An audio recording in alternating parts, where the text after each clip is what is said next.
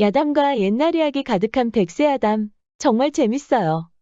저처럼 구독과 좋아요 잊지 말고 꼭 눌러주세요. 가을바람이 살랑살랑 부는 어느 날이었습니다. 주막에는 오늘도 손님들이 북적거리는 것이었지요. 그러던 어느 날 보기만 해도 듬직하고 선량해 보이는 화공이 주막을 들렀습니다. 주모, 이 근처에 암자가 하나 있다고 들었는데 어디로 가면 되겠소? 한창 음식을 옮기던 주모는 쏘스라치게 놀라는 것이었습니다. 주모뿐만 아니라 술과 음식을 입에 넣던 손님들도 모두 깜짝 놀라는 것이었지요. 보아하니 유생도 아니고 악공도 아니고 그렇다고 광대처럼 천해 보이지는 않은데 누구신데 그리 험한 곳으로 간단 말입니까? 내 이름은 은석이라고 하오. 하차는 화공이지요. 암자에 계신 스님의 부탁을 받고 가는 길이지요. 그런데 암자까지 가는 길이 그리 험하오. 주모는 혀를 차는 것이었습니다. 손님들도 고개를 저으면서 들고 있던 술잔을 기울이는 것이었습니다. 여기 처음 와서 모르는 모양인데 요즘 산에 늑대가 돌아다닌다는 소문이 있어요. 댁처럼 여기저기 떠돌아다니는 남정네들이 특히나 위험하단 말이오. 그럼 그 사람들이 모두 늑대밥이라도 됐단 말이오. 두말하면 입이 아프지 않겠어요. 댁처럼 그림을 그린다고 철없이 나다니다가 죽은 남자들이 한둘이 아니란 말이오. 그런데 은석은 걸걸하게 웃는 것이었습니다. 어깨를 쫙 피더니 고개도 뻣뻣이 드는 것이었지요. 걱정 마시오 주모. 이래봬도 전쟁터에서 살아 돌아온 장수라오. 이 팔뚝 좀 보시오. 주모는 은석의 우람한 근육을 보더니 눈이 휘둥그레지는 것이었습니다. 그럼 여기 남아서 일손이나 도우시구려. 괜히 그 험한 곳에 갔다가 늑대나 만나지 말고. 주모가 평생 책임이라도 지려고요. 주모는 금세 얼굴이 새빨개지는 것이었습니다. 듣고 있던 손님들도 모두 손뼉을 치며 웃음바다가 됐습니다. 걱정 마시오. 늑대 한 마리쯤이야 이 돌주먹 하나로 거뜬히 해치우지. 그렇게 은석은 산에 오르기 시작했습니다. 은석이 말한 대로 그 험한 전쟁터에서도 살아 돌아온 남자였지요. 2시즌이나 산을 오르는데도 지친 기색이 없었습니다. 그렇게 해가 떨어지고 어두워지자 산속은 금세 추워졌습니다. 은석의 입에서도 조금씩 입김이 불어나오기 시작했지요. 이거 더는 시간이 지체되면 안 되겠구나. 이런 깊은 산속에 민가가 있을지 모르겠구나. 그런데 갑자기 지진이라도 난 것처럼 나무가 흔들리는 것이었습니다. 한가롭게 나무 위에 앉아있던 새들이 겁을 먹고 뿔뿔이 흩어지는 것이었지요. 은석도 갑자기 긴장이 됐는지 이마 위에 땀이 흐르는 것이었습니다. 거기 누가 있는가? 사람이라면 얼른 모습을 보이고 도깨비면 얼른 꺼지거라. 그러자 흔들리는 숲속 안에서 커다란 늑대 한 마리가 나타나는 것이었습니다. 은석은 외마디 비명을 지르더니 불이 나게 도망치는 것이었습니다. 한 주먹으로 해결한다더니 오줌이라도 지릴 것처럼 혼비백산하는 것이었지요. 은석은 너무 겁이 나서 제대로 숨도 쉬지 못했습니다. 뒤도 돌아보지 않고 무작정 뛰는 것이었습니다. 얼마나 뛰었을까요? 은석은 숨이 차서 그 자리에서 주저앉았습니다. 마른 기침이 힘겹게 나오니 이러다 진짜 죽을 것만 같았지요. 그런데 저 멀리서 불빛이 보였습니다. 은석은 신기하기만 했습니다. 이 험한 곳에 민가가 있다는 것이 믿기지 않았습니다. 은석이 천천히 다가가니 작은 초가집이 보였습니다. 주인 계십니까? 그러자 초가집에서 여인이 나오는 것이었습니다. 누구십니까? 무례를 무릅쓰고 이렇게 찾아왔습니다, 낭자. 암자를 찾던 중에 길을 잃었습니다. 잠시 묵고 가도 되겠습니까? 그러시죠. 얼른 들어오시죠.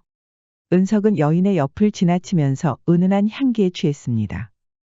여인의 미모가 너무 뛰어나 숨쉬기도 힘든 것이었지요. 암자에는 무슨 일로 가시는 겁니까? 스님의 부탁을 받고 벽화를 그리러 갑니다. 벽화라고 하셨습니까? 저도 스님에게 자세한 연유를 들어봐야 합니다. 그런데 어찌 낭자 홀로 이런 초가집에 계십니까? 여인은 알 수 없는 미소를 지었습니다. 은석은 자기도 모르게 얼굴이 빨개졌지요. 지금까지 살면서 이렇게 아름다운 여인의 미소를 본 적이 없었지요. 제가 사랑하던 서방님이 있었습니다. 어쩔 수 없이 제가 도련님 곁을 떠나야 했지요. 어쩌다 그런 일이 있었습니까? 양가 부모님께서 결사 반대하셨답니다. 은석은 한숨을 쉬었습니다. 저런 신분이 맞지 않았던 게로군요. 여인은 포근한 미소를 지으며 고개를 끄덕였습니다. 도련님을 보니 서방님이 생각이 납니다. 양가 부모님 뜻을 거스르고 떠나서 둘이 함께 살았지요. 그러다 부모님께서 편찮으시다는 서찰을 받고 급히 돌아갔습니다. 그렇게 부모님은 세상을 등지셨고 도련님도 떠나고 말았지요. 도련님도 부모님의 뜻을 결국 거스르지 못한 것입니다. 그래서 이렇게 홀로 살고 있는 것이요. 이렇게 홀로 살면서 업보를 치르는 것입니다. 그런데 도련님을 보니까 자꾸 제가 흔들립니다. 그게 무슨 말이요? 도련님을 보니 자꾸 서방님이 생각이 나서요. 서방님도 도련님처럼 웃을 때마다 저희 가슴을 녹여주셨지요. 제가 지금 낭자의 가슴을 녹여주고 있단 말이요. 여인은 고개를 끄덕이고는 눈물을 흘렸습니다.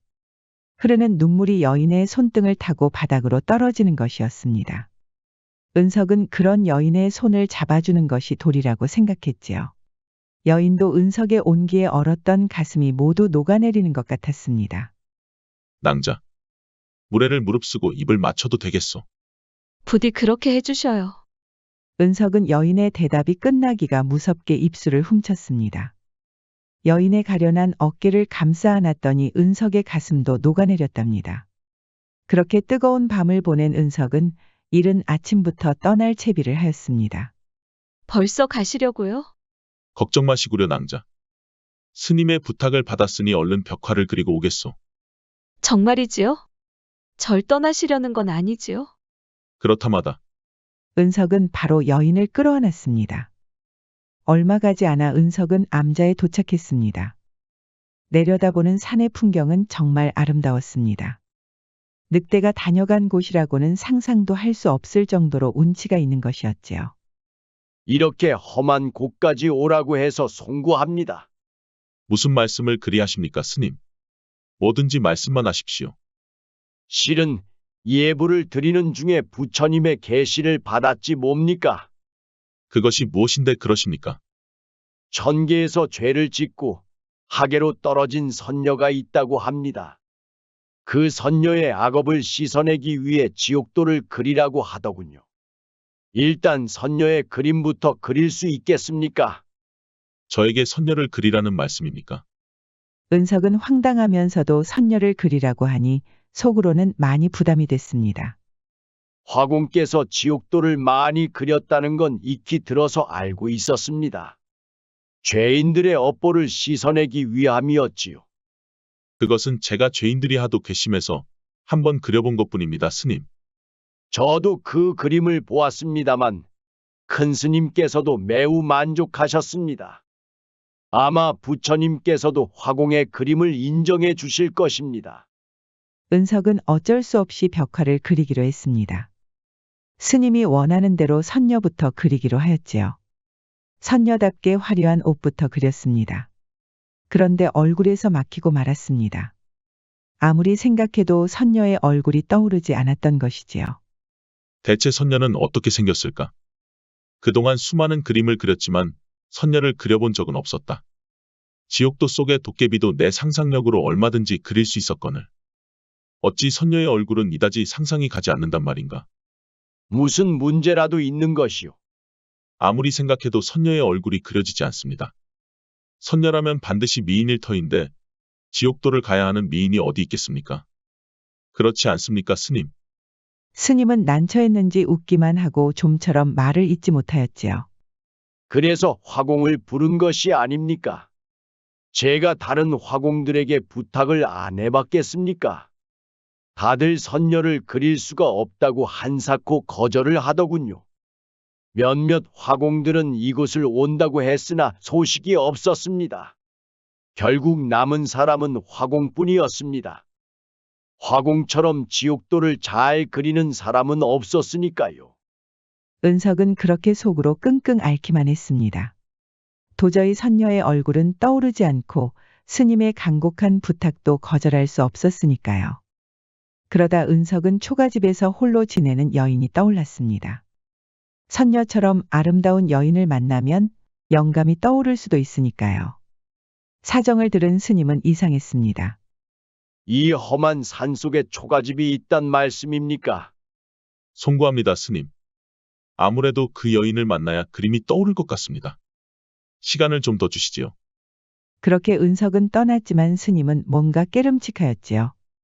지금까지 평생 암자에서 살았지만 초가집이 있다는 얘기는 처음 들었으니까요. 하지만 은석은 얼마 가지 않아 초가집에 도착했습니다. 안에 있던 여인은 감격에 눈물을 흘리면서 은석의 품에 안겼습니다. 약조를 지키셨군요, 도련님. 하지만 은석은 흔쾌히 여인의 마음을 받아주지 못하였지요. 그날 밤에 은석은 여인에게 벽화에 대한 사정을 이야기하였습니다. 그럼 벽화는 마무리하지 못하고 오신 건가요? 그렇습니다. 스님의 부탁을 거절할 수는 없고 참 난처하게 됐습니다. 그래서 하는 말인데 혹시 낭자의 얼굴을 좀 빌려도 되겠소? 제 얼굴을 빌린다고 하셨습니까? 지옥도를 간다고 하지만 선녀가 아닙니까? 어차피 낭자의 얼굴만 그리는 것인데 괜찮지 않겠습니까? 아무리 그래도 그렇지. 지옥도를 가는 선녀의 얼굴에 제 그림을 그린다는 게 말이 됩니까? 아무래도 그렇겠지요.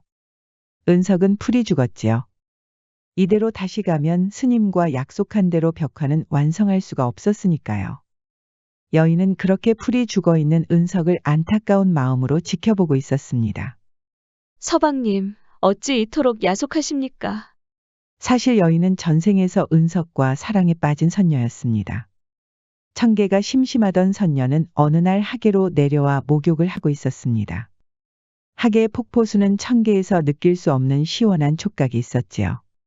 선녀들 사이에서도 인간들의 목욕을 지켜보며 부러워하고 있었답니다. 하지만 함부로 하계로 내려가 목욕을 하면 큰 벌을 받았습니다. 어떤 선녀는 폭포수 밑에서 목욕을 했다가 한평생 못생긴 멧돼지로 살아야 했습니다. 그렇게 겁도 없이 폭포수 밑에서 목욕하던 선녀가 있었습니다. 바로 전생에서 은석과 사랑에 빠진 선녀였지요. 선녀가 한창 즐겁게 목욕을 하고 있을 때 은석이 몰래 훔쳐보고 있었습니다. 그리고는 선녀의 모습을 빠짐없이 그리는 것이었지요. 그러다 들통이 난 것이었습니다. 죽을 죄를 지었소 낭자. 낭자의 몸에서 빛이 나서 그만 이렇게 붓을 들고 말았소이다. 어서 그 붓을 치우시오. 선녀는 놀랐지만 처음으로 하계의 인간을 만나니 기분이 좋았습니다. 당장 청계로 올라가야 했지만 인간과 더 놀고 싶었지요. 한동안 선녀는 하계로 몰래 내려와서 은석과 놀았습니다. 일부러 은석이 보라고 폭포수 밑에서 목욕도 하는 것이었지요. 은석은 그런 선녀가 새침대기 같아서 재밌었답니다. 그러던 어느 날이었습니다. 은석이 갑자기 선녀에게 청혼을 하는 것이었습니다. 부모님은 어디 계시오? 제가 당장이라도 가서 혼인을 허락받고 싶소. 선녀는 정색하였습니다. 그건 말도 안 됩니다. 어찌 제가 하계의 인간과 혼인할 수 있단 말입니까? 그럼 우리는 이대로 헤어져야 한단 말이오. 안타깝지만 그럴 수밖에 없습니다. 지금도 하계의 인간과 만나고 있다는 것을 들키면 큰 벌을 받을 것입니다. 마지막으로 그림이라도 그릴 수 있게 해주시오. 헤어지면 그림이라도 볼 수 있지 않겠소. 선녀는 안타까워 눈물이 흘렀습니다. 알겠습니다. 그럼 사흘의 시간을 드리겠습니다. 원하시는 만큼 저희 그림을 그리시지요. 사실 은석은 시간을 벌고 싶을 뿐이었습니다. 최대한 선녀와 헤어지고 싶지 않았지요. 선녀 역시 은석의 마음을 이미 알고 있었습니다. 나를 얼마나 사랑하면 그림이라도 그리고 싶다고 했을까. 그렇게 선녀는 은석의 품에 안겼습니다. 결국 하계를 떠나지 못하고 은석과 오순도순 살고 싶은 것이었지요. 그러자 청계에서는 크게 분노하였습니다. 하계의 인간과 만나면 안 된다는 법을 어긴 것이었지요. 그것도 모자라 하계의 인간과 혼인까지 하고 같이 살고 있었으니 그 죄가 더 큰 것이었습니다. 선녀는 청계를 향해 용서를 빌었습니다. 은석을 그만큼 사랑했다고 하소연하였지요. 하지만 소용이 없었습니다. 청계의 법도는 엄격하였으니까요. 그래서 내린 벌은 100년 동안 늑대의 몸이 되어서 하계에서 업보를 씻어내라는 것이었습니다. 그렇게 100년이 지났습니다. 환생한 은석을 드디어 만난 것이었지요. 하지만 은석은 지옥도 속으로 들어갈 선녀를 그리고 있습니다. 100년을 기다렸습니다, 서방님. 그런데 저에게 지옥도로 걸어 들어가란 말씀입니까? 해가 저물고 선선한 바람이 불고 있었습니다. 은석이 선녀 옆에 조심스럽게 앉았습니다. 아무래도 벽화는 그만둬야겠습니다. 그냥 낭자와 이대로 살고 싶소. 은석은 눈물을 흘리는 선녀를 꼭 안아주었습니다. 선녀는 천계로 돌아가기 전에 은석과 마지막 사랑을 나눌 수 있었지요. 그런데 혹시 이 근처에 늑대는 못 보았소? 여기에 오기 전에 주막에서 그러는데 나와 같은 화공들이 늑대에게 잡아먹혔다는 소문이 있다고 하더이다. 그것이 무슨 말씀입니까? 늑대가 잡아먹다니요. 실은 나도 늑대를 보았소. 너무 무서워서 한참 뛰어오다가 낭자를 만난 것이오.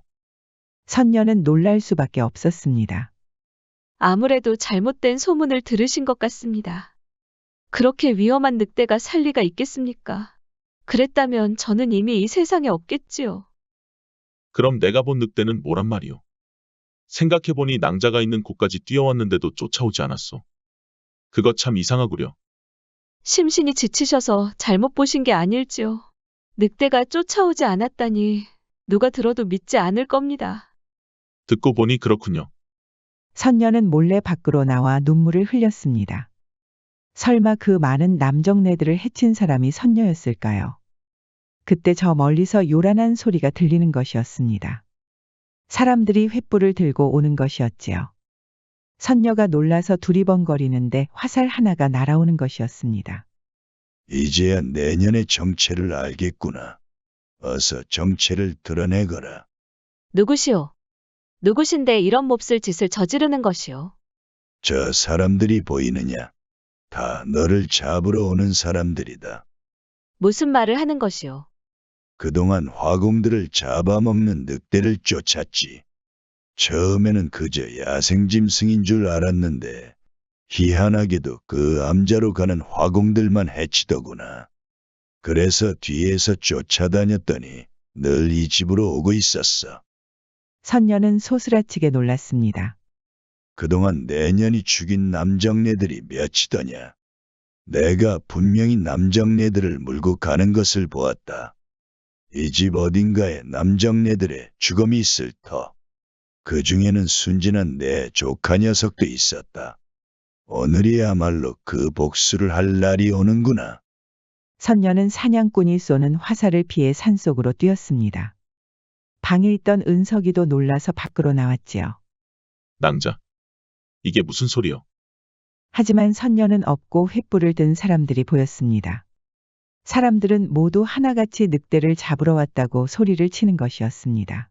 은석은 어리둥절하였지요. 하지만 사람들의 분노는 타오르는 횃불만큼 무서웠습니다. 은석은 놀라서 얼른 선녀를 따라 산속으로 들어갔지요. 선녀는 무섭게 따라오는 사냥꾼을 피할 방도가 없었습니다. 이대로 인간의 몸으로 갔다가는 꼼짝없이 죽을 수밖에 없었지요. 결국 선녀는 늑대로 변신하여 더 빠르게 뛰어갔습니다. 사냥꾼은 직접 눈으로 보고서야 실감하는 것이었습니다. 내년은 역시 늑대였구나. 이 어망한 악귀야. 선녀는 화살을 피해 암자 부근까지 겨우 도망쳤습니다. 하지만 사냥꾼이 쏘는 화살이 복부에 명중하고 말았습니다. 다시 아름다운 선녀로 돌아왔지만 상처가 커서 힘겨워하고 있었지요. 얼마 가지 않아 사냥꾼도 암자에 도착했습니다. 오늘을 얼마나 기다렸는지 아느냐. 조카 녀석을 위해 이 화살을 갈고 또 갈았다. 사냥꾼이 활을 겨누는데 때마침 은석이 뛰어왔습니다. 이게 무슨 짓이오? 제발 멈추시오. 전현 정체를 몰라서 하는 소리다. 전현은 늑대란 말이다. 오해하지 마시오. 설사 그대 말대로 늑대라고 하더라도 사람을 해쳤을 리가 없소. 내 놈이 제정신이 아니로구나. 어찌 늑대를 보호할 수가 있단 말이냐.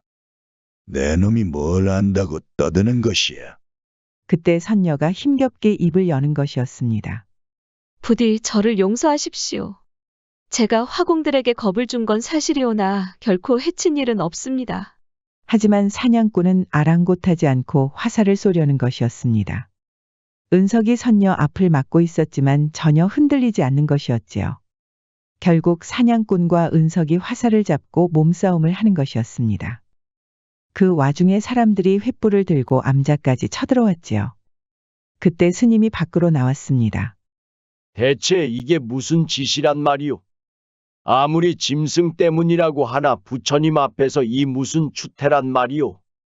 사람들은 어떻게든 늑대를 해칠 생각이었지만 눈앞에는 가녀린 여인이 힘겹게 숨을 몰아쉬는 것이었지요. 스님까지 나서서 은석과 함께 막고 있으니 별 도리가 없는 것이었습니다.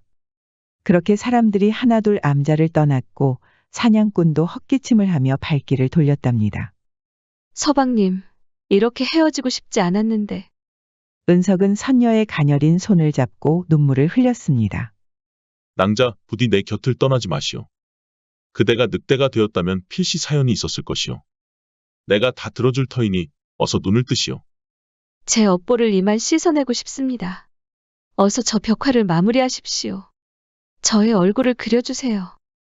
그제야 은석은 선녀의 사정을 알게 되었습니다.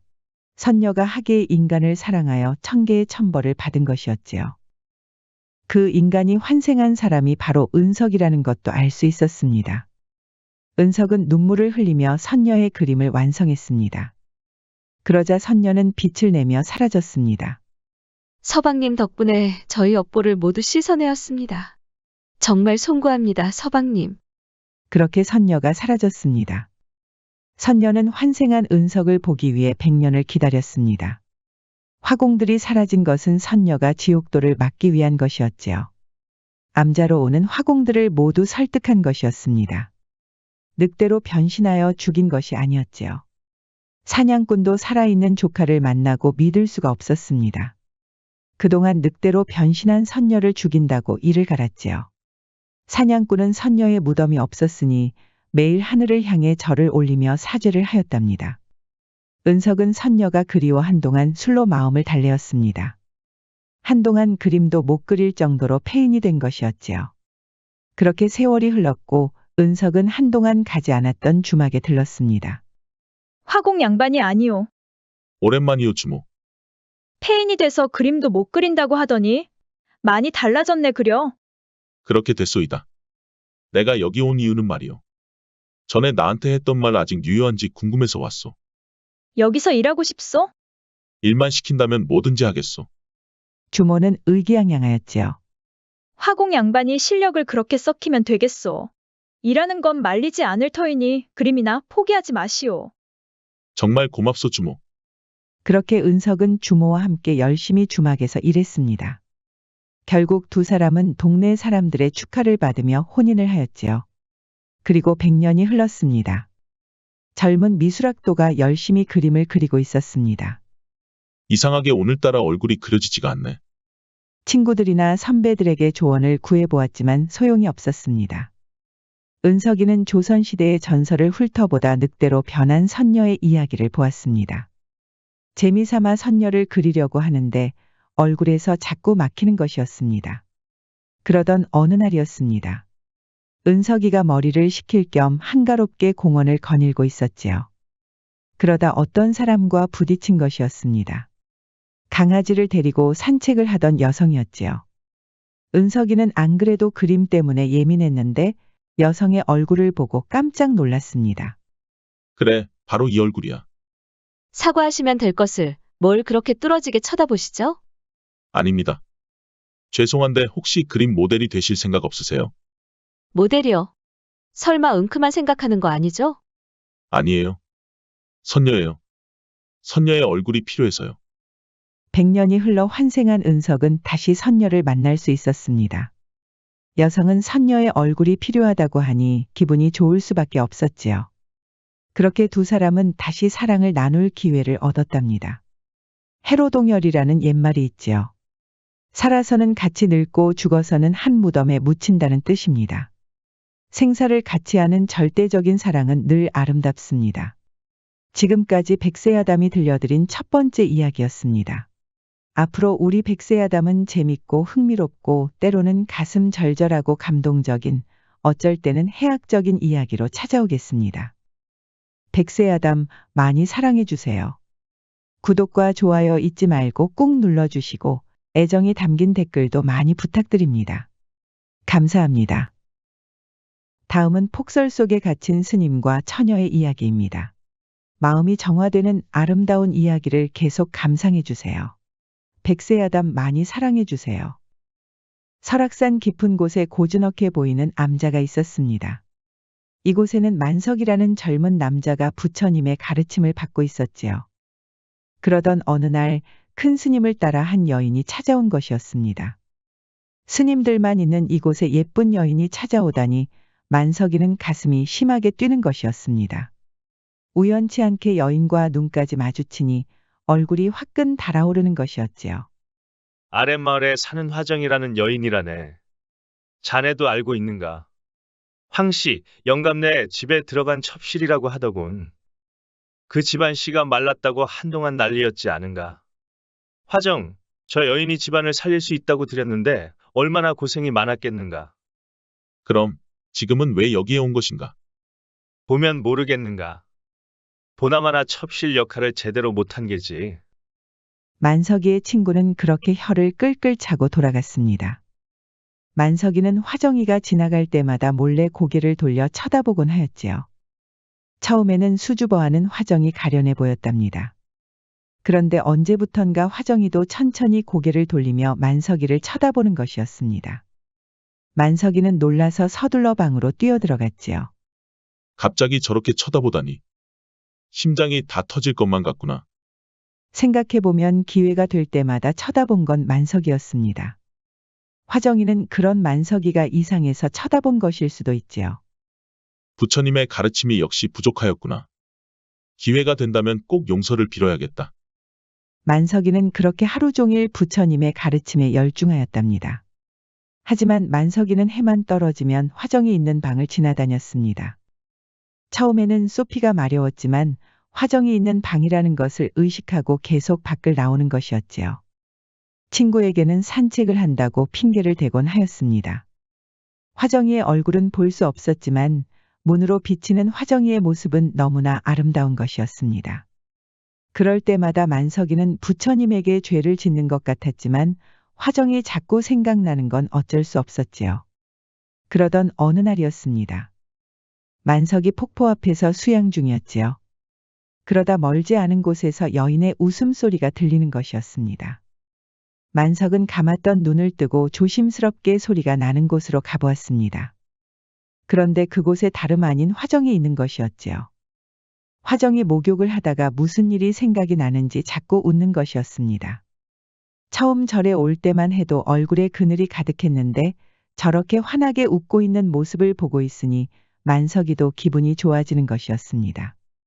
그러다 그만 만석이가 들키고 말았습니다. 거기 누구요? 낭자, 부디 저를 용서하시오. 앞에서 수양 중이다가 소리가 나서 그만. 만석 스님이 아니십니까? 제가 오히려 수양을 방해한 것 같아 송구합니다. 그렇지 않습니다. 수양을 하다 잡생각을 한 건 저입니다. 부디 용서하소서. 만석이는 그렇게 절로 돌아왔지만 화정이 생각에 잠을 이루지 못했습니다. 어떻게든 잠에 빠지면 꿈에 화정이가 나오는 것이었지요. 만석아, 그러지 말고 이리로 와. 너 자꾸 장난치면 가만히 안 둘 거야, 화정아. 꿈에서 깨어난 만석이는 소스라치게 놀랐습니다. 세상에, 이게 무슨 불경이란 말인가. 다른 사람도 아니고 화정낭자와 서로 말을 놓으며 장난을 치다니. 사실 만석이는 부처님의 가르침을 오랫동안 받으며 지쳐가고 있었습니다. 여성의 따스한 온기가 절실히 필요한 것이었지요.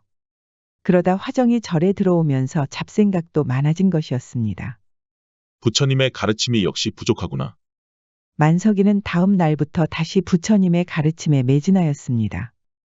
큰 스님은 그런 만석이의 사정도 모르니 기특하기만 하였지요. 만석이는 한참 부처님의 가르침을 받고 엄숙한 자세를 취하고 있었습니다. 부엌에서 밥을 지을 때도 마찬가지였지요. 그런데 그때 화정이 부엌으로 들어오는 것이었습니다. 만석 스님, 밥 지으세요. 만석이는 화정이를 보는 순간 부처님의 가르침은 온데간데 없어졌습니다. 만석 스님, 밥 잘 지으세요. 화정이의 다정한 목소리에 취하여 부처님이 뭘 알려줬는지 까마득히 잊어버리는 것이었지요. 그야 부엌것 생활이 얼마인데요. 제가 지은 밥은 큰 스님도 당해내지 못합니다. 만석은 수줍게 웃었습니다. 그런데 화정이 갑자기 만석이의 얼굴을 뚫어지게 쳐다보는 것이었습니다. 만석은 심장과 몸까지 얼어버렸지요. 전에 폭포 앞에 사는 송구하였습니다. 아닙니다, 낭자. 제 수양이 부족한 탓입니다. 그런데 만석 스님이 있으셔서 참 다행이라는 생각이 들었습니다. 만석이는 깜짝 놀랐지요. 그게 무슨 말씀입니까, 낭자? 다른 사람이 아니라 만석 스님이 봐주셔서 좋았거든요. 그러면서 만석이의 손을 따뜻하게 잡아주는 것이었습니다. 만석이는 처음으로 얼굴이 새빨개진 것이었지요. 만석이도 천천히 화정이의 얼굴을 훑어보았습니다. 정말 아름다운 얼굴이었습니다. 하지만 때마침 친구의 기척이 들려서 잡던 손을 놓을 수밖에 없었습니다. 만석이는 처음으로 친구가 원망스러웠습니다. 이복에 되도록 화정 낭자와 말을 섞지 않는 것이 좋아. 그게 무슨 말인가? 이 친구가 이렇게 세상 물정에 어두워서야 화정 낭자가 첩실 역할을 못해서 이곳까지 온 게 아닌가. 그게 어쨌다는 건가? 이 사람이 참 이렇게 순진해서야 황씨, 영감이 화정 낭자를 계속 주시하고 있다 이 말일세. 그게 무슨 말인가? 이제 황씨 영감과 상관없는 게 아닌가? 황씨, 영감이 소문이 날까 두려운 게 아닌가. 나름 양반이라고 체면을 중요하게 여기는 게지. 그럼 자네 말은 황씨 영감이 화정 낭자를 감시라도 한다는 겐가? 자네 아직 눈치 못 챘구먼. 화정 낭자 주변으로 수상한 사내들을 보지 못했는가.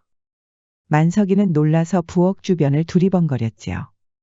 만석이 친구는 웃음이 터졌습니다. 이 순진한 친구 말이야. 그놈들을 찾을 거면 밖으로 나가야지. 하여튼 겁은 많아가지고. 만석이는 삐친 얼굴로 부엌을 지키고 있었습니다. 친구가 나간 이후에는 조심스럽게 밖을 나왔지요. 친구가 말한 대로 수상한 사내들이 있는지 찾아봤지만 암자 주변은 쥐 죽은 듯이 조용했습니다. 그러던 어느 날이었습니다. 화정이 산책을 나온 것이었습니다.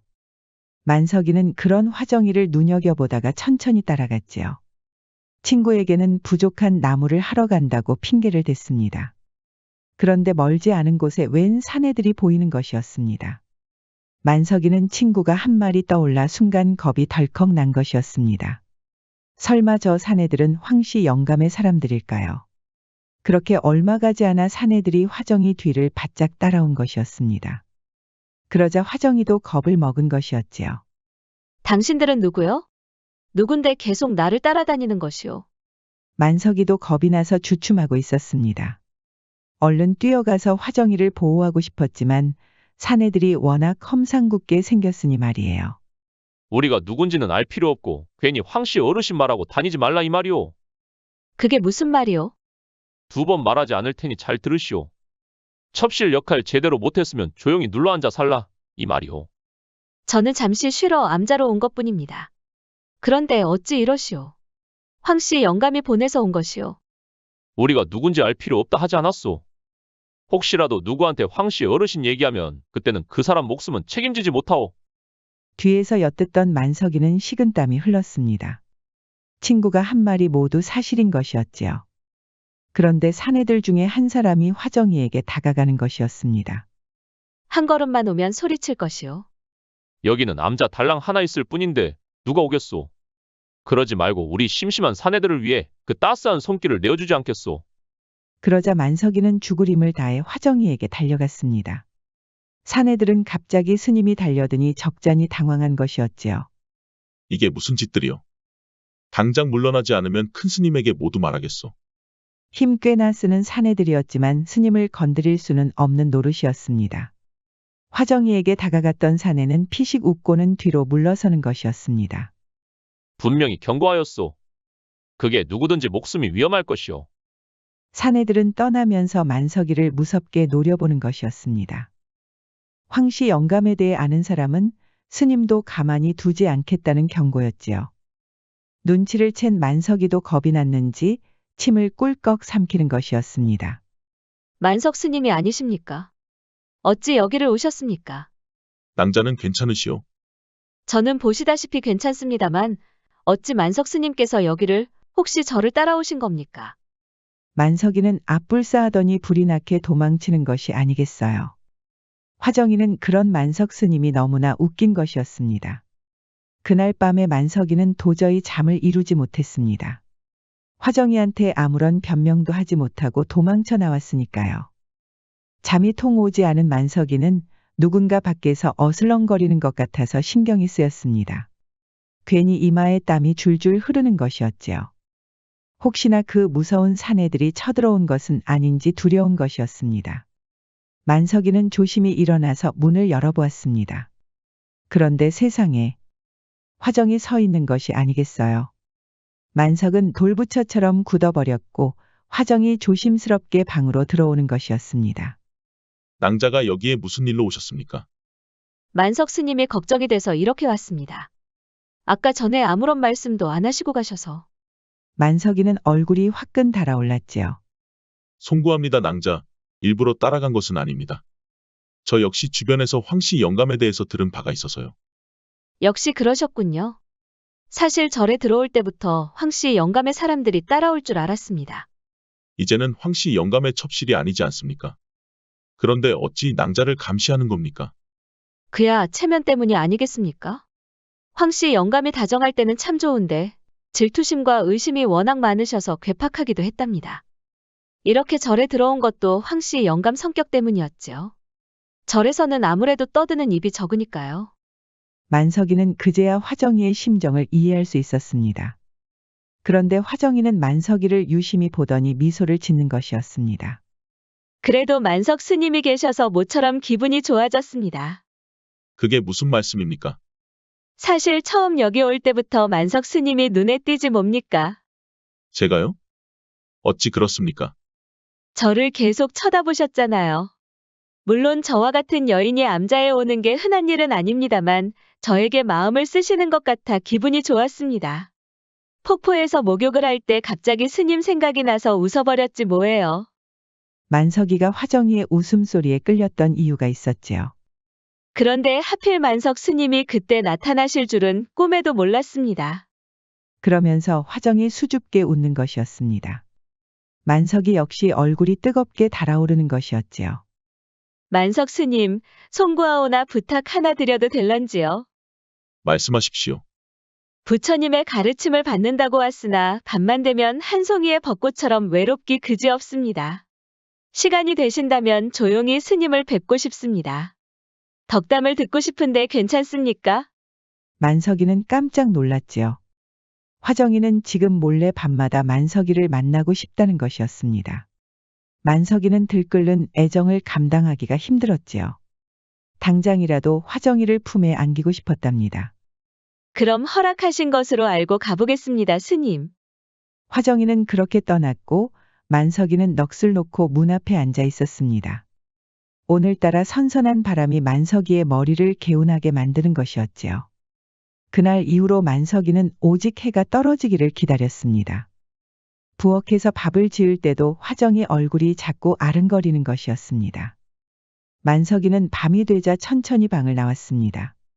그리고는 주변을 두리번거리더니 화정의 방까지 찾아왔지요. 문에 비친 화정의 그림자만 봐도 심장이 두근거렸습니다. 만석이는 화정의 방에 들어가기 전에 부처님께 용서를 구하였지요. 낭자, 이렇게 들어오면 안 된다는 것을 알고도 죽을 죄를 지었습니다. 어찌 이러십니까, 스님? 저는 스님께서 찾아주셔서 너무나 감복할 따름입니다. 그러니 부디 저에게 용서를 구하지 마셔요. 만석이는 결국 화정을 끌어안았답니다. 이런 불경이 있을까 싶어 눈물이 나는 것 같았습니다. 하지만 화정이를 품지 않으면 도저히 살아갈 수 없을 것 같았습니다. 그렇게 밤을 보낸 만석이는 죄책감에 빠져서 더는 암자에 있을 수가 없었지요. 화정이도 만석이의 마음을 알고 이렇게 말하였습니다. 우리 여기서 벗어나서 살아요. 황씨 영감 사람들에게 감시받는 것도 이제는 지쳤습니다. 저 역시 더는 못 버티겠습니다. 저는 이미 큰 스님을 볼 면목이 없습니다. 같이 여기를 떠납시다. 같이 떠나는 것은 아무래도 무리입니다, 스님. 황씨 영감 사람들한테 걸리면 스님도 무사하지 못하니까요. 그러니 제가 먼저 떠난 다음에 스님께서 그 뒤를 따라오시지요. 만석이와 화정이는 암자에서 멀리 떨어진 초가집에서 만나기로 했습니다. 둘이 함께 있으면 더 위험할 수도 있으니까요.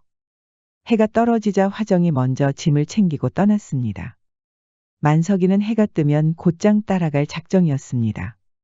그런데 일어나 보니 맑은 하늘에 갑자기 눈이 내리는 것이었습니다. 겨울이 오기도 전에 눈이 내리는 건 아무래도 이상했지요. 하지만 만석이는 화정이 기다리고 있다는 생각에 날씨 생각은 전혀 하지 못했습니다. 급하게 승낭을 메고 걸음을 서둘렀지요. 만석이는 숲속을 지나갈 무렵에 하늘을 쳐다보았습니다. 생각보다 눈이 많이 오는구나. 눈은 계속 쌓이면서 만석이의 눈까지 가리는 것이었습니다. 나중에는 눈이 첩첩이 쌓여서 제대로 걸을 수 없을 정도였지요. 만석이는 그제야 눈이 내리는 게 심상치 않았습니다. 이게 무슨 일이란 말인가? 어찌 이렇게 눈이 많이 내린단 말이냐? 만석이는 서둘러 발걸음을 옮겼지만 눈은 쉴 새 없이 내렸습니다. 좀처럼 멈추지 않을 것 같던 눈은 이제 폭설처럼 쏟아지는 것이었지요. 결국 만석이는 산길을 내려가다가 미끄러졌고 머리를 다치면서 정신을 잃었답니다. 만석이는 화정이를 부르며 깨어났습니다. 이복에 정신이 좀 드는가? 만석이는 어리둥절하였습니다. 이 사람아, 어디를 그리 급하게 갔단 말인가? 지금 밖은 폭설로 난리도 아닐세. 만석이는 얼른 문부터 열어젖혔습니다. 친구가 말한 대로 폭설로 세상이 모두 하얀 것이었습니다. 만석이는 화정이를 부르며 나가려고 하였습니다. 이복에, 지금 제정신인가? 자네 머리를 다쳐서 좀 쉬어야 한단 말일세. 지나가는 나그네가 자네를 발견했으니 망정이지. 화정 낭자를 만나러 가야 하네. 아니지, 화정 낭자를 구하러 가야 해. 그게 무슨 말인가?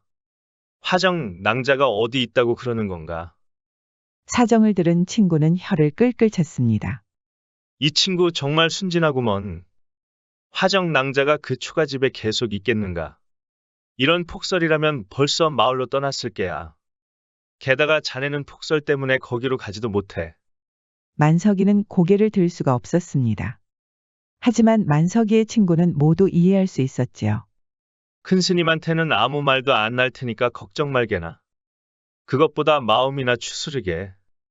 여인을 품었으니 부처님 말씀이 귀에 들어올 리가 있겠는가.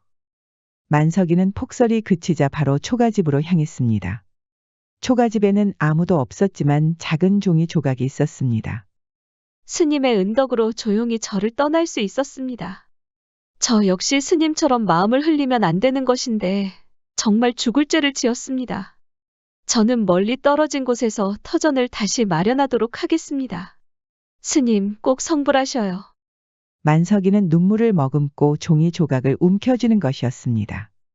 내가 어리석게도 불경을 하였구나. 만석이는 다시 수행에 매진하였습니다. 큰 스님은 역시 그런 사정도 모르고 만석이를 기특히 여기는 것이었지요. 그러던 어느 날이었습니다.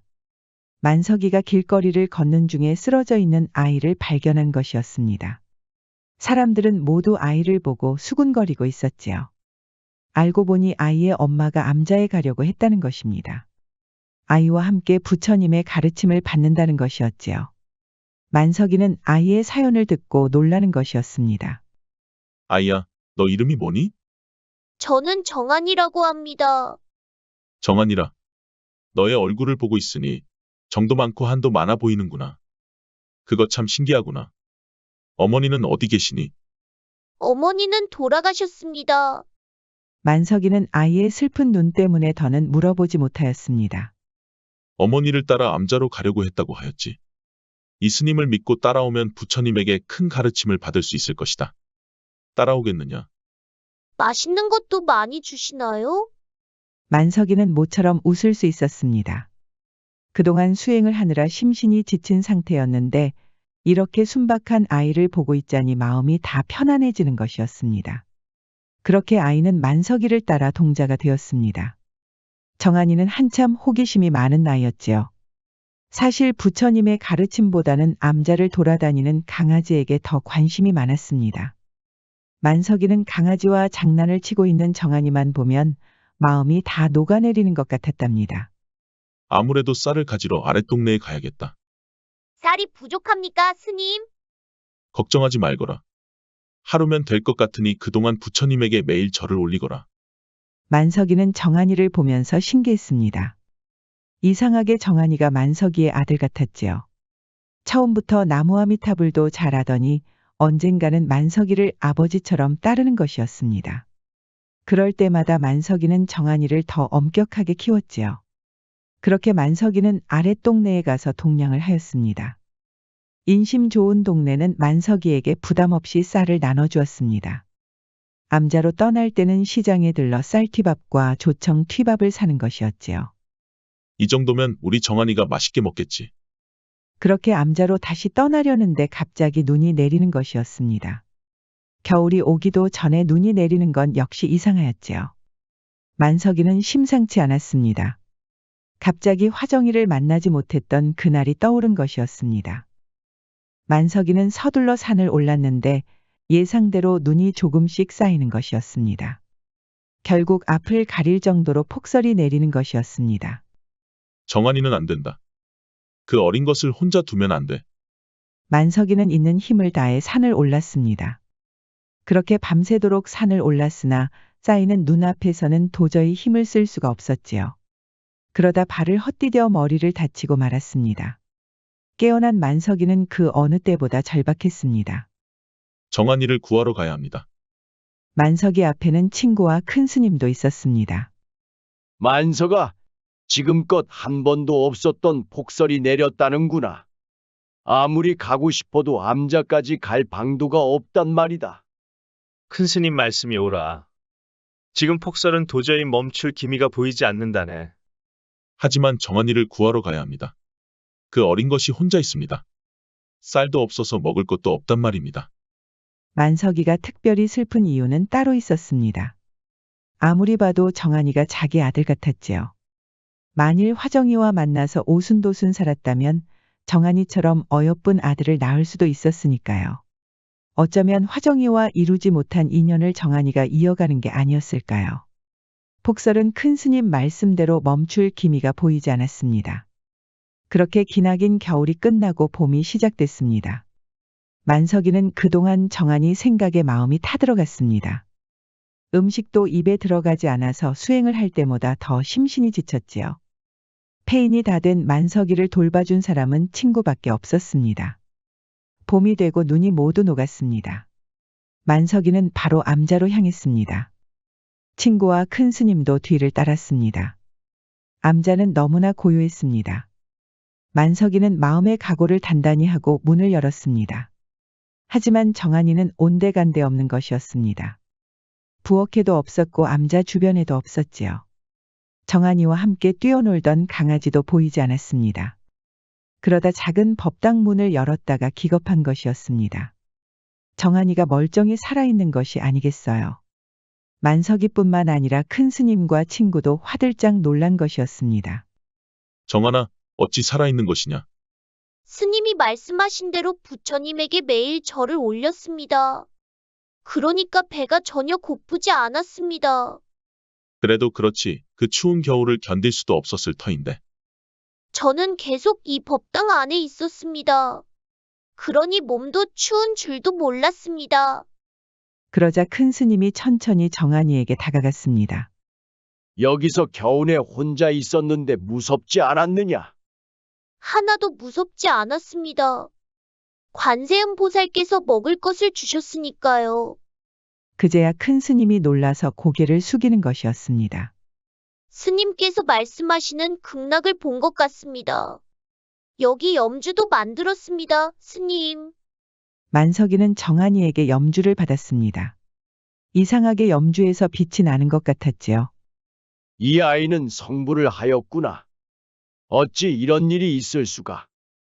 그러자 정한이 몸에서 아름다운 빛이 나는 것이었습니다. 만석이는 정한이를 끌어안고 펑펑 눈물을 흘렸습니다. 훗날 이 소식이 알려지자 많은 사람들이 암자를 찾으려고 하였답니다. 지금까지 스님을 무시하던 사람들까지 찾아와 소원을 비는 것이었지요. 어찌 인간들이 저럴 수 있단 말인가? 저 중에 내가 동냥을 하러 갔을 때는 침을 뱉던 놈도 있었단 말일세. 듣고 있던 만석이는 허하고 웃는 것이었습니다. 이복에 그래도 이렇게라도 마음을 의지할 수 있다는 곳이 있다는 게 얼마나 좋은가. 아무래도 여기까지 오는 길을 정리해야겠네. 그게 무슨 말인가? 자네도 알겠지만 여기까지 오는 길이 얼마나 험했단 말인가. 우리처럼 부처님 말씀을 전하는 사람들이야 그렇다고 쳐도 저기 있는 사람들은 얼마나 힘이 들고 시간을 낭비한단 말인가. 만석이가 말한 대로 암자까지 오는 길은 너무나 험하였답니다. 그래서 만석이는 편히 올 수 있도록 길을 정리하였지요. 그런데 훗날 이곳을 오는 사람들의 감정은 조금씩 무뎌졌다고 합니다.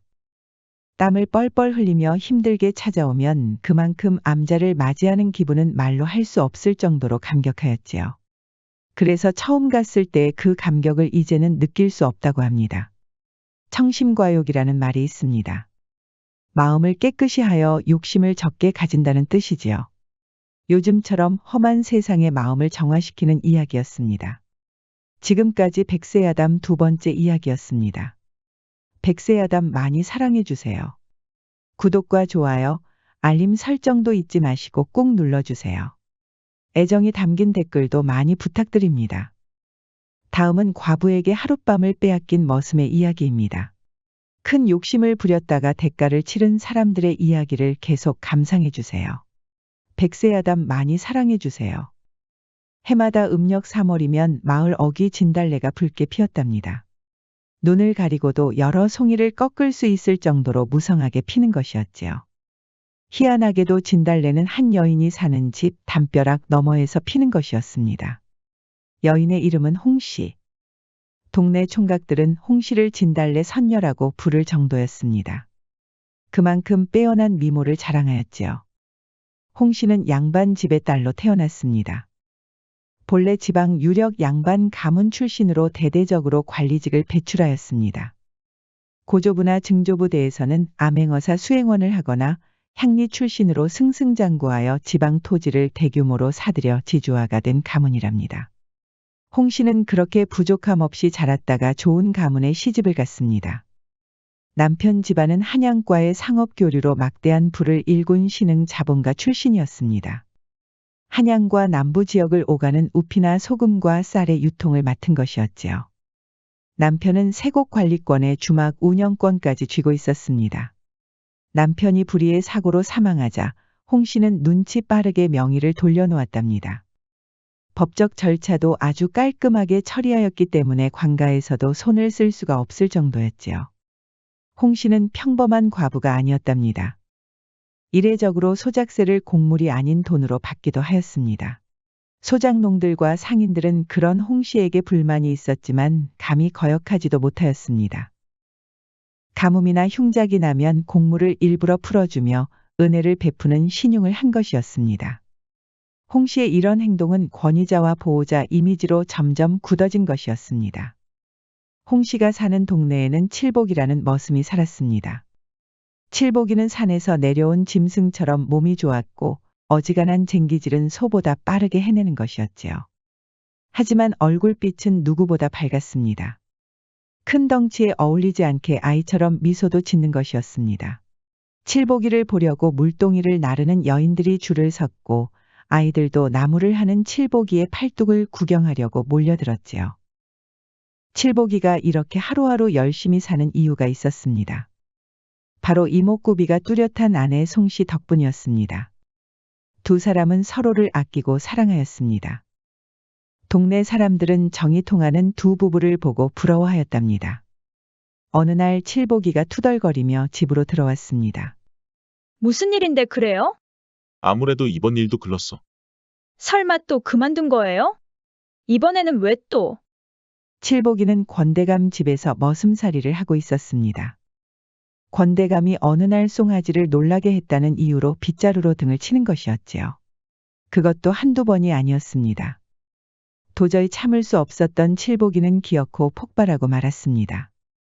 양반마님. 머슴도 사람이란 말이에요. 이렇게 자꾸 등짝을 치시면 드러놓을 터인데 어느 머슴이 밭을 갈고 일을 하겠어요. 그래서 그렇게 말하고 그만두고 왔단 말이죠? 어쩔 수 없었어 임자. 아내는 또 땅이 꺼지라 한숨을 쉬는 것이었습니다. 그래서 또 어디로 가서 머슴살이를 하려고 그래요? 이번이 몇 번째예요? 걱정하지 마시오.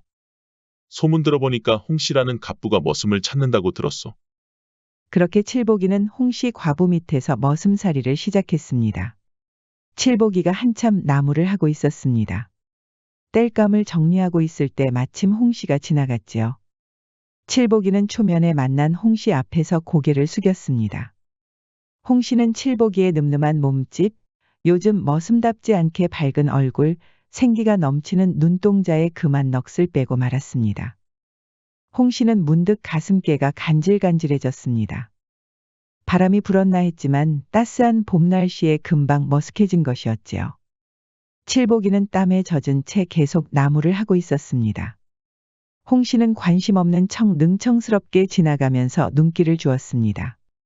그러던 어느 날 홍씨가 칠복이를 안채로 불렀습니다. 칠보가 지붕 위에 떨어진 기와장이 있는데 치워주지 않으련.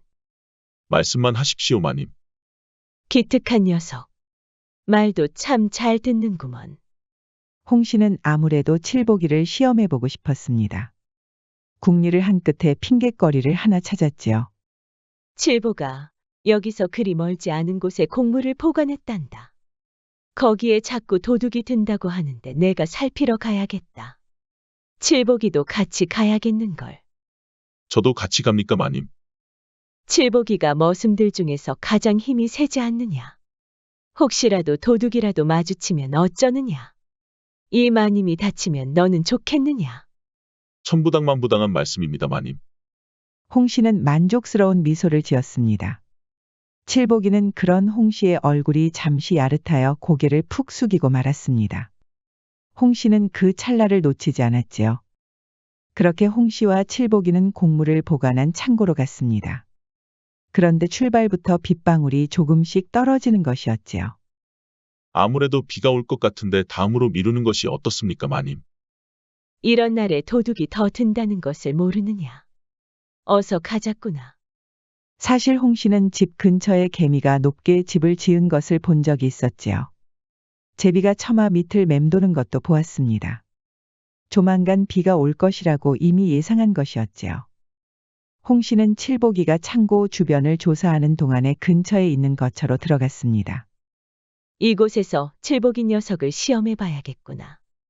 순진한 칠복이는 창고 주변을 조사하고 거처로 들어왔습니다. 수고했구나, 칠보가. 어서 들어와서 식사하렴. 어찌 감히 마님과 함께 밥상머리를 마주할 수 있겠습니까?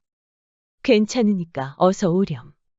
칠복이는 쑥스러운 얼굴로 홍씨와 마주 앉았습니다. 홍씨는 직접 수저를 칠복이 앞에 놓아주었지요. 이 거처에는 칠복이와 홍씨 외에는 아무도 없었습니다. 칠보가, 너는 늘 보니까 이마에 땀이 맺혀 있더구나. 나무를 할 때는 온몸이 항상 젖어 있고. 칠복이는 어느새 야릇한 기분에 빠졌습니다. 홍씨 옷깃에서 진한 매화 냄새가 풍기는 것이었습니다. 이렇게 귀티가 나는 여자와 함께 있는 것은 처음이었지요. 칠복이는 알고 있느냐. 거처의 방은 여기 하나다. 칠복이는 깜짝 놀랐습니다. 얼른 홍씨 앞에 무릎을 꿇고 고개를 숙였지요. 아이고, 마님. 그럼 제가 바로 곡물 창고로 가겠습니다. 쇳내는 거기서 자겠습니다. 그럴 필요 없단다, 칠보가. 나 때문에 이 먼 곳까지 와서 곡물 창고도 조사하였지 않았느냐. 비가 오니 옷도 다 젖었는데 어찌 다시 창고로 내쫓을 수 있겠느냐. 그러지 말고 이 방에서 따스하게 자도록 하렴. 하지만 제가 어찌 마님과 함께 방을 쓸 수 있겠습니까? 걱정하지 말거라. 너는 구석에서 자면 되지 않겠느냐. 그렇게 칠복이는 구석에 이불을 펴고 누웠습니다. 마치 죄라도 지은 것처럼 위축되어 있었지요. 홍씨는 그런 칠복이가 재미가 있는지 몰래 고개를 돌려 웃는 것이었습니다. 칠보가, 내가 잡아먹는 것도 아닌데 너무 움츠러들지 말거라. 알겠습니다, 마님. 그렇게 자정이 지났고 밖은 여전히 지붕을 두드리는 빗소리가 들리는 것이었습니다. 칠보가 바깥 양반을 그렇게 허무하게 보내고 남자와 방에서 자는 건 처음이로구나. 송구합니다, 마님. 송구할 필요가 있겠느냐. 거기는 문 쪽이라서 차갑지 않느냐. 그러지 말고 이리로 오거라. 하지만 마님, 어허. 내가 내리는 명이니 어서 따르거라. 그러다 곧불이라도 걸리면 어쩌려고 그러느냐. 그렇게 홍씨는 이불을 걷으면서 칠복이가 누울 공간을 마련하였습니다. 칠복이는 두근거리는 가슴을 안고 천천히 다가갔지요. 어서 들어오거라. 불쌍한 것. 불기운을 받고 몸을 따뜻하게 데워야지. 그러면서 칠복이의 가슴을 따스하게 감싸주는 것이 아니겠어요. 얼마 만에 느껴보는 남자의 가슴이란 말인가. 칠보가 바깥 양반을 떠나보내고 나 혼자 그 많은 땅을 직접 일궜다는 것을 아느냐. 저 같은 놈이 무엇을 알겠습니까? 여인이 홀로 그렇게 어려운 삶을 살았으니 얼마나 그동안 외로웠겠느냐. 바깥 양반이 남겨둔 그 땅을 가져오려고 얼마나 애를 썼는지 아느냐. 그렇게 외로운 싸움을 끝내고 나니 참으로 외롭더구나. 남자의 손이 많이 그리웠단다. 나도 참 웃기는 여인이 아니더냐. 그렇지 않습니다, 마님. 남자가 여인을 그리워하는데 여인이라고 남자를 그리워하지 말라는 법이 있겠습니까? 이해해줘서 고맙구나, 칠보가. 그러니 너도 날 이해해주렴. 무슨 말씀이신지. 홍씨가 갑자기 칠복이를 끌어안는 것이 아니겠어요. 마님, 이러시면 아니 됩니다. 날 이해한다고 하지 않았느냐. 내 말을 잘 들으면 널 소장농으로 키워주겠느니라. 소장농이라고 하니 칠복이는 주춤하였습니다. 말리던 손도 갑자기 멈춘 것이었지요. 홍씨는 다시 웃으면서 칠복이를 끌어안았습니다. 밖은 여전히 빗소리로 요란하였지요. 홍씨와 칠복이가 있는 거처만이 뜨거운 온기를 발산하고 있었습니다. 집으로 돌아온 칠복이는 아내를 볼 면목이 없었습니다. 홍씨 생각에 밥상 앞에서 계속 밥알만 씹는 것이었지요. 그렇게 밥만 씹지 말고 여기 생선이랑 김치도 좀 먹어요. 미안하네, 임자. 몸이 피곤해서 말이야. 김치를 입에 넣고 또 한참 밥알과 김치만 씹는 것이었지요. 이 사람이 왜 이러나? 몸이 좀 허해진 거 아니에요? 칠복이는 빨래를 널다가도 넋을 놓고 있었습니다. 뒤에서 지켜보던 아내는 걱정이 많을 수밖에 없었지요. 홍씨는 칠복이를 안채에 불렀습니다. 칠복이는 얼굴이 새빨개져서 홍씨 얼굴도 제대로 못 쳐다봤지요. 그런데 칠복이 앞에 진수성찬이 있는 것이었습니다. 너비아니와 편육까지 푸짐한 것이었지요. 마님, 이게 다 무엇입니까? 자네가 얼마나 힘을 썼는가. 이 정도 대가는 치러야지. 칠복이는 무릎을 꿇고 또 한 번 고개를 푹 숙였습니다. 저번 일은 정말 죽을 죄를 지었습니다, 마님. 결단코 그런 일은 또 없을 것입니다. 네 놈도 좋았으면서 뭘 그리 정색을 하고 그러나. 칠복이는 뜨끔하였습니다. 사실 홍씨에게 도저히 잊을 수 없는 묵직함을 발견한 것이었지요. 그 묵직함은 아내에게 없는 것이라서 칠복이를 더 뜨겁게 달군 것이었습니다. 홍씨는 쓱 하고 고개를 돌리더니 미소를 지었습니다. 칠복이는 그런 홍씨를 보니 또 가슴이 두근두근 뛰는 것이었습니다. 어서 와서 맛있게 들 거라. 이 밥상은 날 즐겁게 한 대가라고 생각하거라. 칠복이는 아무 말 하지 않고 맛있게 먹었습니다. 홍씨는 그런 칠복이를 유심히 보는 것이었습니다. 내가 이렇게 혼자 살아남을 수 있었던 이유는 단 하나다. 거래에는 아주 빠삭하거든. 주는 게 있으면 당연히 받는 게 있어야 하느니라. 마님 말씀이 옳습니다. 그러니까 너는 이 밥을 맛있게 먹고 소장농도 가지고 가거라. 그리고 오늘 밤은 나한테 맡기는 것이야. 칠복이는 침을 꿀꺽 삼켰습니다. 앞으로 내가 부르면 토달지 말고 오도록 하거라. 이것은 명이 아니라 거래인 것이니라. 내가 어떻게 혼자 살아남았을 수 있었는지 길게 설명할 이유는 이제 없겠지. 예, 마님. 칠복이는 그렇게 일주일에 3번을 홍씨 집에 들락거렸답니다. 사람들에게 들키지 않으려고 일부러 삿갓을 깊이 눌러 쓰는 것이었지요. 동네 사람들은 이상했지만 그저 지나가는 고위 관청 정도로 알았습니다. 그러던 어느 날 칠복이의 아내가 한약을 다려왔습니다. 이게 다 뭔가, 임자. 당신 요즘 몸이 허한 것 같아서요. 그래서 이렇게 한약 다려왔어요. 돈이 어디 있다고 이런 걸 다 드린단 말인가? 소장농이 된 뒤로는 살림살이가 많이 나아졌으니까 걱정하지 마세요. 그런 걱정 말고 한약이나 드세요. 칠복이는 아내가 달인 한약 덕분에 몸이 좋아졌답니다. 안 그래도 홍씨 집에 드나들면서 몸이 많이 안 좋아졌지요. 언젠가 아내 앞에서 코피까지 쏟은 일도 있었습니다. 아내는 그런 사정도 모르고 칠복이한테 한약을 다려주는 것이었지요. 그럴수록 홍씨의 집착은 더 심해졌습니다. 칠복이가 아내의 성화 때문에 늦게 오면 불같이 화를 내는 것이었지요.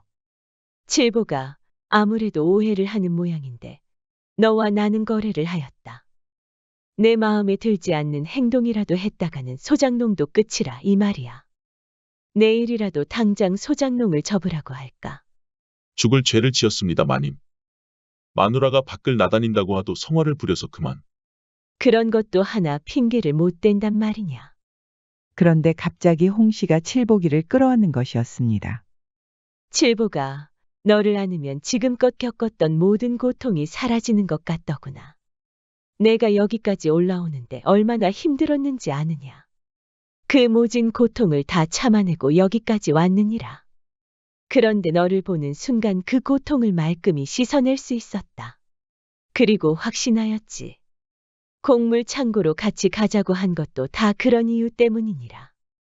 그럼 저를 일부러 데려간 것입니까, 마님? 그렇단다, 칠보가. 처음에는 시험해 보겠다는 욕심이었지. 너와 밤을 보내고 나서 확실해졌다. 이제부터 칠보기는 내 것이니라. 칠복이는 그날 이후로도 코피를 여러 번 쏟았습니다. 아내는 그럴 때마다 더 좋은 한약을 다렸지요. 칠복이는 아내에게 미안해서 고개를 들기가 힘들었습니다. 생각해 보렴. 너는 어차피 나에게 진수성찬을 받고 소장농도 하지 않느냐. 너의 아내는 충분히 대가를 치르는 것이니라. 힘을 내라고 한약을 다려주니 나에게도 좋은 것이니라. 칠복이는 그렇게 조금씩 죄책감을 씻어내고 있었습니다. 홍씨 집을 드나드는 것도 점점 익숙해지는 것이었지요. 하지만 낱말은 새가 듣고 반말은 쥐가 듣는다고 하였지요. 항상 조심하던 칠복이가 삿갓을 벗어버린 것이었습니다. 어차피 들어가는 중이니까 방심을 한 것이었지요. 그렇게 들어가는 칠복이를 동네 거지가 본 것이었습니다. 거지의 입은 순식간에 퍼졌습니다. 평소 정직한 남자로 알고 있는 동네 사람들은 믿기지 않았습니다. 그리하여 밤잠이 없던 할아버지가 홍씨 집 앞에서 기다리고 있었지요. 할아버지는 칠복이의 얼굴을 똑똑히 보았습니다. 이복의 칠복이. 무슨 일이십니까, 어르신? 자네 요즘 안 사람과 별일 없는가? 갑자기 그것을 왜 물으시는지. 동네 할아버지가 갑자기 아내 일을 물으니 칠복이는 괜히 뜨끔하였습니다. 요즘 자네가 과부 집을 드나든다는 소문이 있다네. 자네 얼굴을 직접 봤다는 사람도 있어. 칠복이는 깜짝 놀랐습니다. 아이고, 그게 무슨 말씀이세요? 제가 미쳤다고 과부 집을 드나듭니까? 그 과부가 홍씨라는 말이 있던데. 칠복이는 얼굴이 새빨개졌습니다. 할아버지는 소문이 다 사실이라는 것을 직감할 수 있었지요. 자네 그러다 큰일 치르는 수가 있어. 자네 사정을 모르니까 여기까지만 하겠네만. 하루빨리 정리하는 것이 좋아. 칠복이는 할아버지에게 죄라도 지은 것처럼 고개를 숙였습니다. 아내에게도 미안해서 그날은 특별히 다리도 주물러 준 것이었지요. 하지만 홍씨의 집착은 나날이 심해졌습니다. 칠복이가 늦어지자 회초리까지 드는 것이었습니다. 칠보가 이제부터 늦게 올 때마다 회초리를 맞는 것이다. 칠복이는 회초리를 맞고 수치스러워 눈물까지 흘렸습니다. 하지만 홍씨는 그런 칠복이가 더 사랑스러웠나 봅니다. 그날 밤은 더 뜨겁게 칠복이를 안는 것이었지요. 단단한 가슴 근육을 보기 위해 더 거칠게 뒤척이는 것이었습니다. 하지만 꼬리가 길면 밟히는 법입니다. 칠복이 아내도 소문을 들은 것이었지요. 홍씨 집을 몰래 드나든다는 말에 갑자기 한약이 생각이 났습니다. 설마 내가 지금 죽 써서 개를 준 것이야? 밥상 앞에 앉은 칠복이는 이상했습니다. 늘 나오던 고기전이 없는 것이었지요. 이복의 임자, 오늘 고기는 사오지 못한 것이야? 정신이 좀 없어서 못 샀어요. 오늘은 그냥 드시구려? 몸 건강하라고 고기 전 매일 먹으라더니 그렇게 정신이 없었는가? 언제는 허리가 남자의 생명이니까 고기 열심히 먹으라고 하더니. 허리야, 뭐 다른 집에서 쓰니까 내가 신경 쓸 이유가 있겠어요? 칠복이는 바로 살에 들려서 기침을 하는 것이었지요. 다른 집에서 허리를 쓴다니 그게 무슨 말인가? 그야, 홍시인지 백시인지 하는 여편네 집에서 허리 많이 쓰지 않아요? 이 사람아, 아무리 그래도 그렇지. 우리한테 소장농의 기회를 준 분한테 그게 무슨 말인가? 그리고 그분은 과부야. 아내는 과부라는 말에 눈이 뒤집히는 것 같았습니다. 부잣집 과부와 놀아났다니 정말 부하가 치밀었지요. 아내는 칠복이를 미행하기로 했습니다. 오늘도 곡물 창고를 조사해야 한다면서 밤늦게 길을 나서는 것이었지요. 아내는 처음으로 누군가를 미행하니 괜히 가슴이 뛰고 긴장이 되는 것이었습니다. 밤새 걸어가서 도착한 곳은 역시나 홍씨 집이었습니다. 아내는 가슴이 더 심하게 뛰는 것이었지요. 칠복이는 삿갓을 깊게 눌러쓰고 홍씨 집으로 들어갔습니다. 아내는 조심스럽게 홍씨 집으로 따라 들어갔습니다. 홍씨가 오늘은 탕평채와 갈비찜까지 준비했습니다. 그만큼 많이 먹고 오늘 밤도 힘을 내라는 것이었지요. 칠보가 오늘은 특별히 많이 먹어야 한단다. 왜 그러십니까, 마님? 오늘 갑자기 관가에서 들이닥쳐서 애를 좀 먹었단다. 내가 수확량을 축소했다고 하더구나. 마님께서 정말 수확량을 축소하셨습니까? 그러자 홍씨가 음흉하게 웃는 것이 아니겠어요. 그야 관청 관리들이 늘 해결해 주었지. 내가 갑자기 나쁜 년으로 보이느냐. 하지만 그렇게 하면 안 되는 일 아닙니까? 역시 칠복이는 순진하구나. 그 수많은 땅을 거닐 수 있으려면 그 정도는 해결해야 하느니라.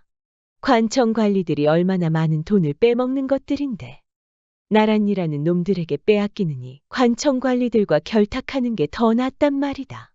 칠복이는 새삼 홍씨가 무서운 것이었습니다. 마님의 계략에 완전히 걸려든 기분이었지요. 칠복이가 상관할 일은 아니다. 아무튼 많이 먹고 힘을 좀 내보거라. 칠복이는 그렇게 또 홍씨의 소유물처럼 놀아났지요.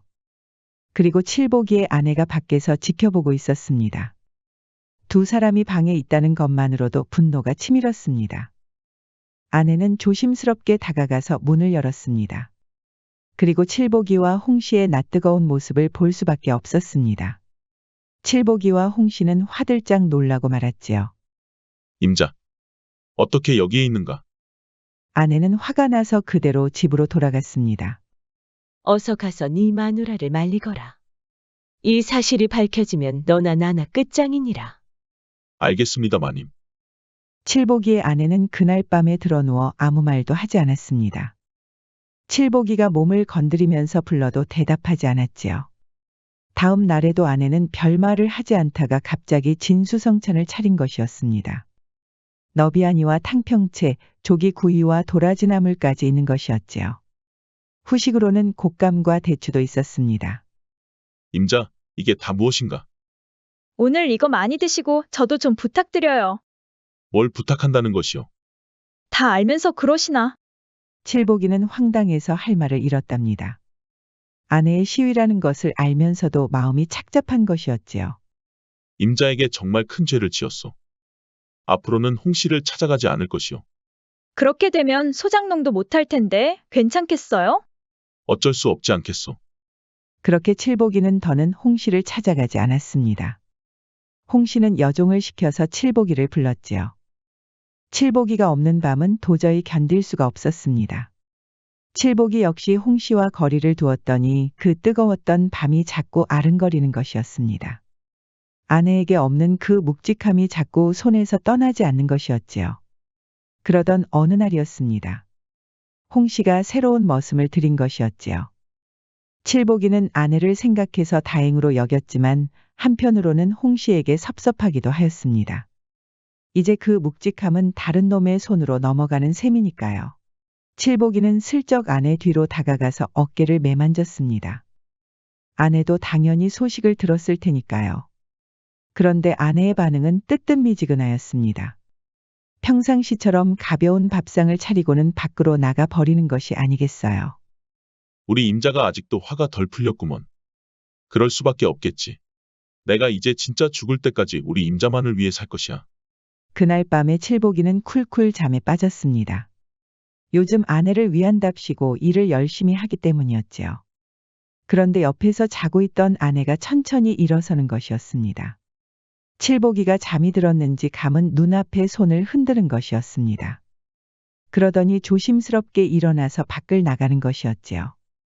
대체 아내는 어디로 가는 것일까요? 아내가 도착한 곳은 다름 아닌 홍씨 집이었습니다. 홍씨는 칠복이의 아내가 찾아왔다고 하니 놀랄 수밖에 없었지요. 드디어 올 것이 왔다라고 생각했을까요?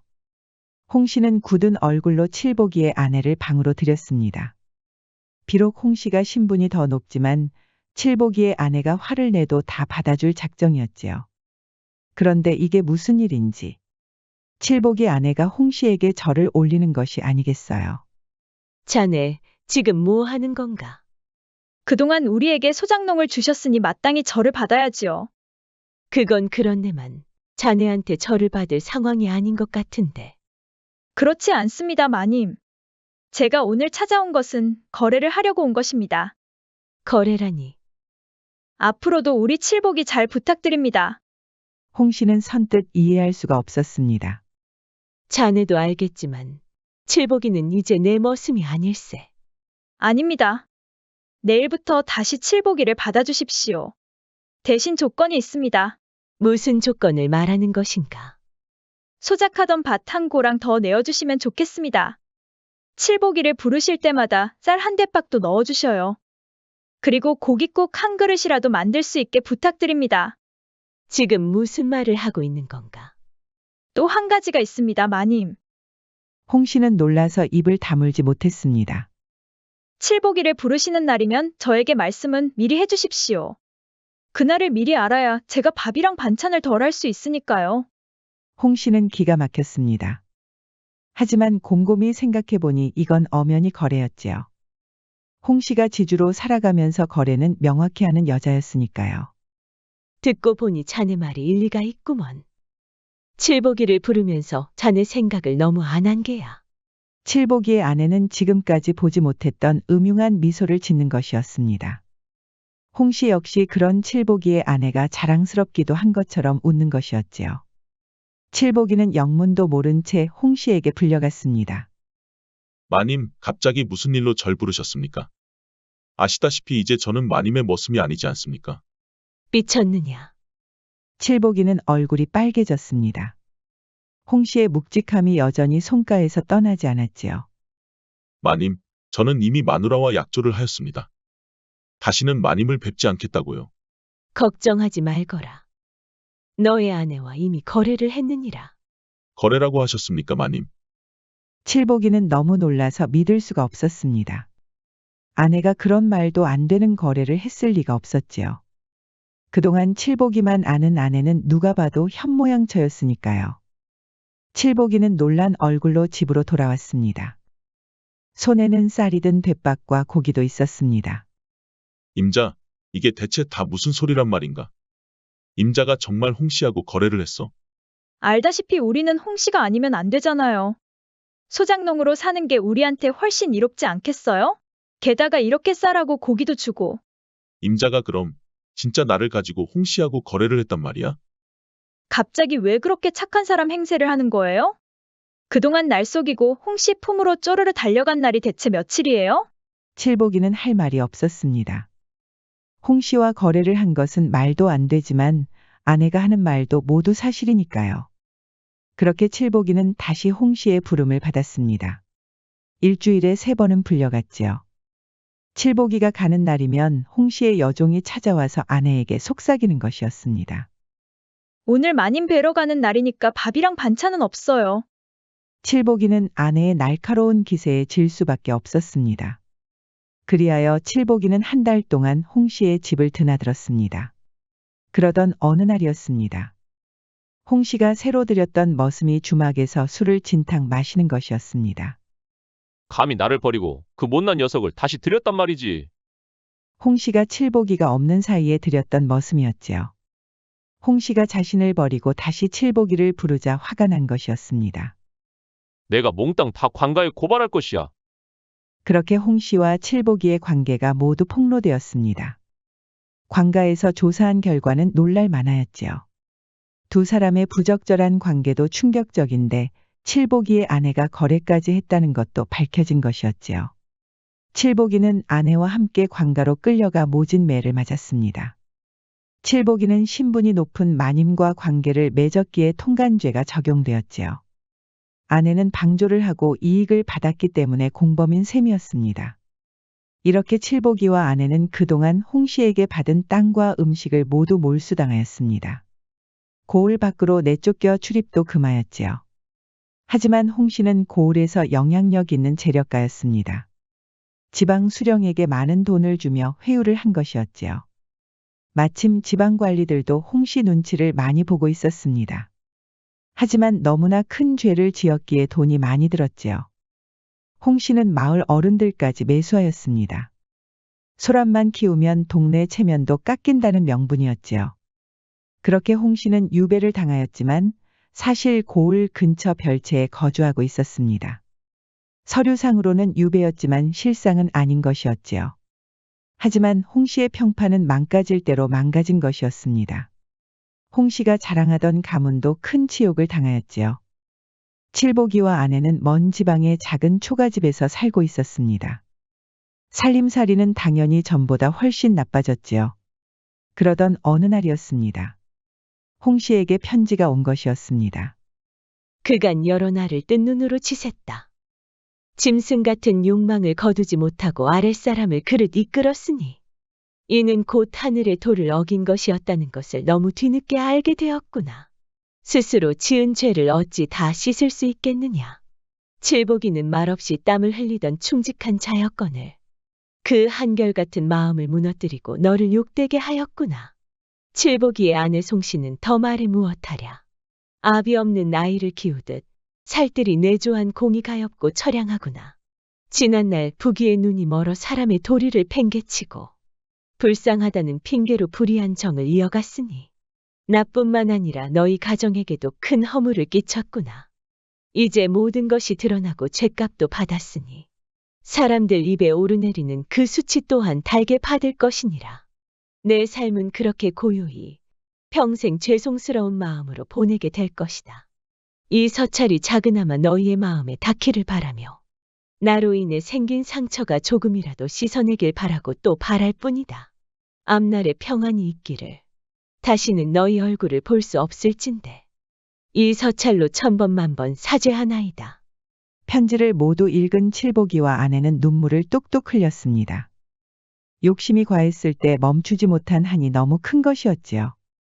다행히 칠보기는 건강했던 몸을 되찾았고 다시 머슴살이를 시작하였습니다.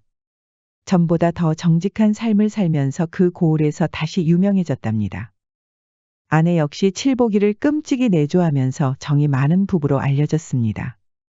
홍 씨는 너무나 외로웠지만 시집을 읽으며 마음을 위로하며 살았답니다. 교각사루라는 말이 있지요. 소의 뿔을 잡으려다가 소를 죽인다는 뜻으로 잘못된 점을 고치려다 그 방법이나 정도가 지나쳐 오히려 이를 그르침을 이르는 말입니다. 지금까지 백세야담 3번째 이야기였습니다. 백세야담 많이 사랑해주세요. 구독과 좋아요, 알림 설정도 잊지 마시고 꾹 눌러주세요. 애정이 담긴 댓글도 많이 부탁드립니다. 야담과 옛날 이야기 가득한 백세야담 어떠셨나요? 앞으로도 재밌고 감동적인 이야기가 가득하니 많이 기대해주세요.